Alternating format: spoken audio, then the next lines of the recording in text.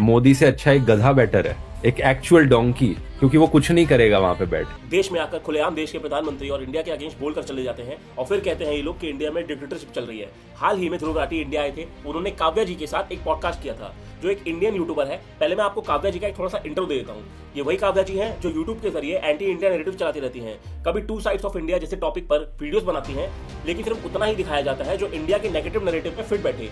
दूसरा साइड कभी प्रॉपर्ली दिखाया ही नहीं जाता। यहाँ तक कि जब राहुल गांधी ने वोट चोरी का मुद्दा उठाया था, तब काव्या जी ने उस इशू पर भी हाथ साफ करने की कोशिश की और कहा कि बीजेपी वोट चोरी कर रही है। लेकिन जब इलेक्शन कमीशन ने पूरा केस ही क्लियर कर दिया, बताया गया कि जो डेटा सर्कुलेट हो रहा था वो फेक है, तब मैडम जी ने खुद आकर माफी भी मांगी। तो अब आप समझिए, जब ध्रुव राठी और काव्या जी साथ में पॉडकास्ट कर रहे हैं तो बातें किस डायरेक्शन में गई होंगी। पॉडकास्ट में कुछ स्टेटमेंट काफी शॉकिंग थी, जैसे मोदी जी से अच्छा तो गधा भी देश का प्राइम मिनिस्टर बन सकता है, इंडिया 2014 से पीछे जा रहा है, मूवीज जैसे धुरंधर, Kashmir file, Kerala stories propaganda movies है, जर्मनी इंडिया से ज्यादा सेफ और बेटर लगता है इन्हें, आरएसएस एक जेनोसाइडल ऑर्गेनाइजेशन है जो कि हिटलर से इंस्पायर है।